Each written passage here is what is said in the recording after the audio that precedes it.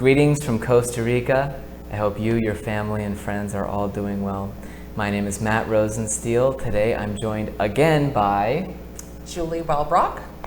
Julie is a Canadian expat who took the plunge with her husband Chris 7 months ago. You might recognize her from previous videos here on Costa Rica Expat FAQ.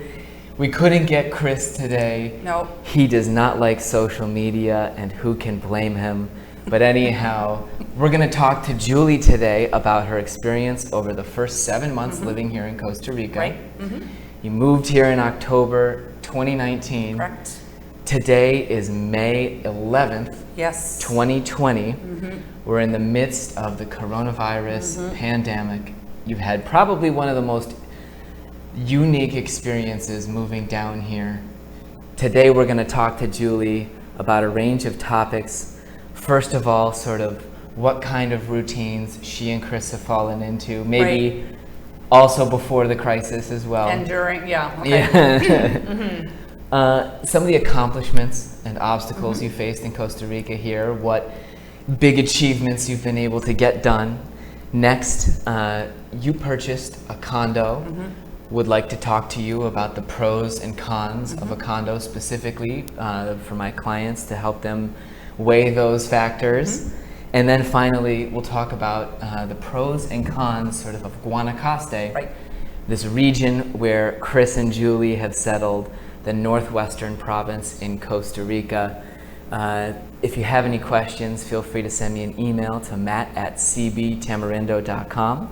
Again, my name is Matt Rosensteel. I work with Coldwell Banker Tamarindo here in Guanacaste, Costa Rica. And without further ado, we'll ask Julie, tell us about your daily routine now that you've fallen into normal life somewhat here in Costa Rica. What are you doing?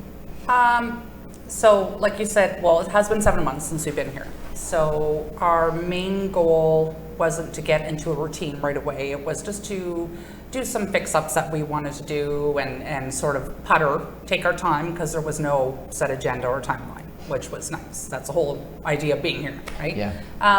But for routine, it would be going for a walk on the beach and going swimming, just go for a morning walk at 6 a.m. just to get some fresh air. And the whole idea to be here was exercise, eat properly. That's it, right? So have you seen that you've been able to make those changes? Or perhaps continue exercising and eating properly? For sure. Yeah, we are. Now, as far as now with the COVID-19, there is no beach.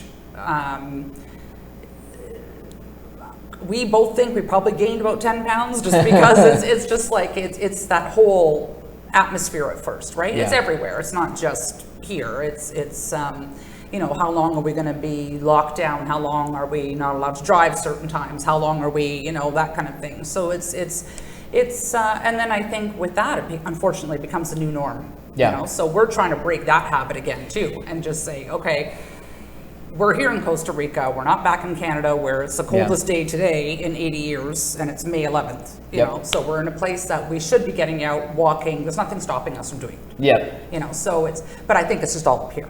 For sure. So it's. I'm sure lots of people are dealing with trying to get back into that healthy outdoor lifestyle, for sure. Beaches are opening up for a few hours a day here in Costa Rica. Yeah, starting Monday, right?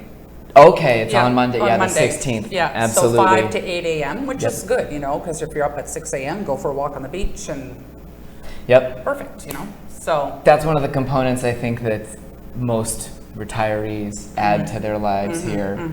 And especially in Junquillal, we've got a pretty broad beach, firm sand, really long distance to walk without too many people out there. Well, that's right. It's beautiful. It's not overcrowded. It's perfect. Love it, right? So, yeah. Since you've been here in October, what is your biggest accomplishment? I know that everybody who moves to Costa Rica has to overcome these hurdles. Right. You have to get connected to all the internet, phone, on and on. It can be a pain. What did you feel most proud of accomplishing in terms of bureaucracies or setting your life up here? Honestly, the comfort level.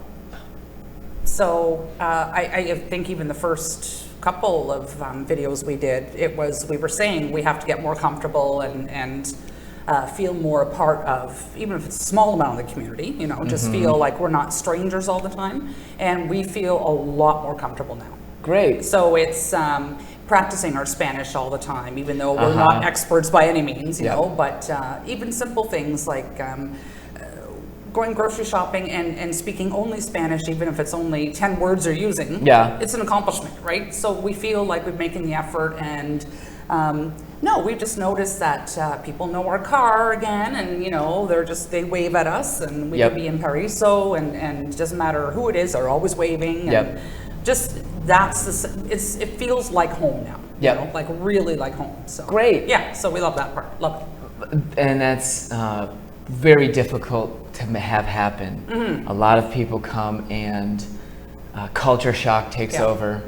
A lot of times, I even went through in my first year, really, you know, weeks where I didn't want to see anybody. I wanted to sit in my room, read books, be by myself, control my space, all the symptoms of culture shock, and it takes a long time to sort of commit to going out, getting comfortable, and feeling at home somewhere. So great job. And with Chris and I'm the social butterfly, whereas he's not, you know, he'd rather hide or do whatever, but or hide behind me, that kind of thing. So it's Chris will take a little bit longer, which is fine. And like I said, I know I don't come across as somebody who's fluent in Spanish, and I mean, I totally know that, but you still get the acknowledgement that you're trying, which is a huge bonus, you know. So great.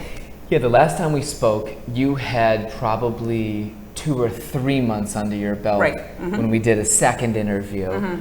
As a reference, what's something that you would have wanted to accomplish by now that hasn't happened for you, or something that's still on your pending to achieve list? It's probably greater fluency in Spanish. You know, it just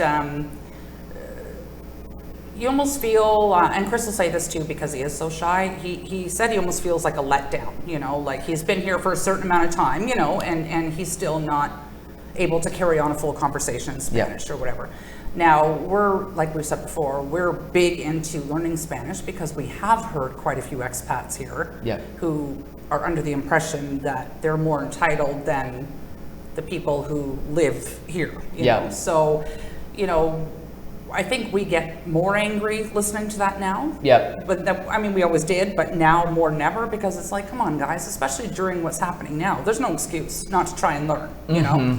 What else are you doing with your day that, you know, so it's...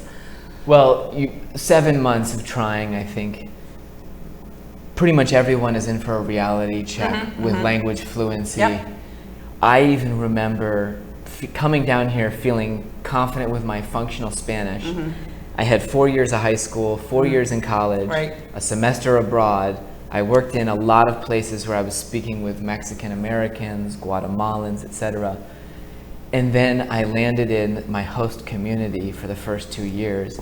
And the Spanish in Guanacaste set me back another, you know, huge learning process that I had to undergo, because it can be even more difficult because of the local dialect. But no matter what, language fluency is something that I can see, you know, I personally, it was luckily a decade ago that I had to learn a language really to feel comfortable here.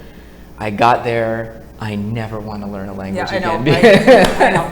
It is a slow, frustrating process. It's a slow process, but like I said, you know, for us being complete newbies, it is nice that we can, you know, even a simple, how are you greeting, good morning, have a great day, can I have this, you know, that kind of thing. And I think that those kind of baby steps, the more we learn that, we can now understand a lot more, which is good. So it's just trying to get it out, you know, and what to do. But I mean, that'll take time. And like you said, it has only been 7 months. And for, I'm sure a lot of people, that might sound like a long time, but like you said, it's not. It really is not. So with 7 months of Spanish under my belt, I had some present tense verbs, a couple greetings. And like you're saying, with that repetitive practice, you really start to build components. You start to feel comfortable saying to the guy, hi, how are you? Well, even just some of the slang that you're learning, it's great, because then I'm thinking, oh my gosh, I just spent 25 minutes memorizing. Okay, great, have a nice day, and I could have just said dia. Yeah. So I'm like, Yep. So, anyways. For sure. So now you've got more experience under your belt as condo owners here. What have been some of the pros and cons for people thinking, okay, I might want a condo, I might want to get a house. How have things worked out for you? What are some of the advantages and drawbacks of having your condo here? Okay. Which is 150 feet above where we're sitting, so we're upstairs neighbors. As far as owning a condo, it's great if you don't want any of the maintenance, right? Obviously. So you're not dealing with your own yard, you're not dealing with a lot of repairs on the outside. You're, just basically, if you have a 12 or 1,400 square foot condo, you're just in charge of what's inside, that's it. So, now we were gunning for that for sure, as you know, because that's what we were looking for. We don't regret getting it at all. We do like it, but now we're kind of missing doing the yard work and doing, because that's what we've always had, right? So it's if you don't want anything to do, perfect. Condo is for you. No, I can see that because you're living here full time. Right, and that's the You've big dedicated difference, yourself right? to this area, and you two aren't 75 years old and going back and forth. It's somewhere that you want to have, and I think one of our favorite aspects of living here is that we bought a big property and almost a couple acres, really with a half an acre that we can use. But when we need projects, there are limitless projects, and that can be fun to dig your own irrigation lines. It's the whole puttering thing. Now Chris is more of the, well, I don't know if I want to have to do that anymore, but then he'll look out our back balcony and say, oh my gosh, if I wasn't paying condo fees, I'd go and rake that whole back myself that's back there.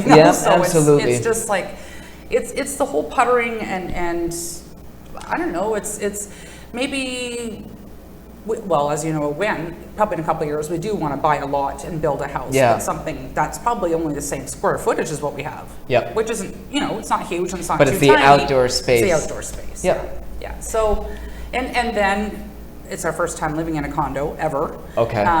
So if you want to look at some of the cons, would be that for anybody looking to purchase a condo that's going to stay here full time, just keep in mind that there are people who rent. And during the busy season, and they're here to relax and have a good time. So if you're not into that kind of scene, then a condo probably isn't the best for you if there's rentals. But it's, it's what it is, right? So it is what it is, and it's always a negotiation. I think everywhere. Then you also look at neighborhoods. And very soon, if, for example, you're not in a gated community with very strict rules, or even if you're in a gated community with strict rules, someone might rent their house out next door to you. There's always going to be somebody who's not going to follow the rules. Totally. And in the end, you negotiate that sort of dynamic, especially I think in a tourism area. It's sort of like driving down the road. There are other people in the community who are here to get somewhere fast and get the tour done and go surf and do snorkeling. And they're on the roads for a different reason, and the rest of us are sort of puttering around. It's because we're just doing our groceries, we're just doing whatever, and that's it, right? But no, it's true. It's now. Again, I'm glad we're in an area like this due to those reasons. And Chris and I appreciate you steering us away from where we had originally wanted to go, right? So I think if we were in the bigger cities like Tamarindo and stuff, I would have lost it. I don't think I would have dealt with that at all. So it's, no, it's pros and cons. That's just... there's, and that's part of whenever I'm working with clients, sort of looking at the priorities, what is feasible, and it's almost never, 100% Yeah. of the priorities, that it's going to be absolutely perfect in every dimension. And so, okay, let's balance things and where can we find the best of all worlds? And now it'll be exciting to see if we can find a fun project. Oh, yeah. Something that's not going to be a killer lawn. No. Or Well, and the good thing huge. about me mentioning finding a project like that is the fact that we don't regret where we are right now. Yeah. And we love where we are. So, Yeah. you know, anything we say, I don't want to steer people away, because clearly we want to just grow bigger here. Yeah. That's the whole idea. So Great. we just love it here. She's talking about Playa Junquial, our Exactly. quiet community. Very quiet, where Very we've quiet. got 7 or 8 boutique hotels, a good water resource, a paved highway that ends a couple miles from Right. town. Finally, you've been in this region, northwestern Guanacaste, or I'm sorry, northwestern Costa Rica, the province of Guanacaste. As you've been here, you know, how do you feel about the area in general, a bit beyond the condo? It's great. It's not all for people who are looking to be here to have all paved highways and everything everywhere. It's not going to happen. Like if you want to go to, you know, Playa Negra or venture down more towards Junquial or whatever. I mean, it's dirt roads. That's the way it is. Welcome to Costa Rica, right? Yep. So the area is beautiful. It's untouched. It's not swarming with people. Yeah. You know, all the time. It's you can visit, you know, 2 or 3 little villages in a row and have, like I said, people waving at you because they're used to seeing your car. Or, you know, it's. I haven't traveled all over Guanacaste yet, but where we are here, and that includes Huacas and everything else. I mean, it's great. Love it. You know, everything you need is here without you being on top of it. Yeah. And that's what we really like. So. Great. Yeah, and like I said, eventually after this whole thing is over, we want to tour around Costa Rica and see the rest of it, you know. And, Totally. but, you know, that might be a while, but we're not going anywhere, so. Yeah. I do think, you know, the general reason that a lot of people are coming to Guanacaste, it's that balance between having some things, not being on top of it, as you say.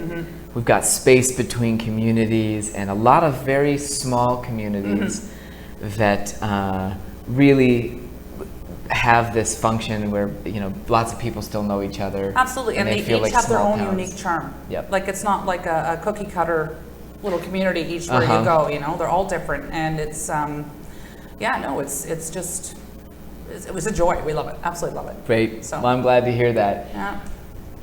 We have lots of interviews on YouTube with different expats, also with people who are building, people who are still looking.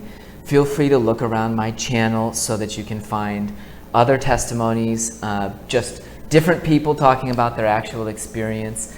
We always aim to provide realistic information and sort of help people make the best decision for themselves.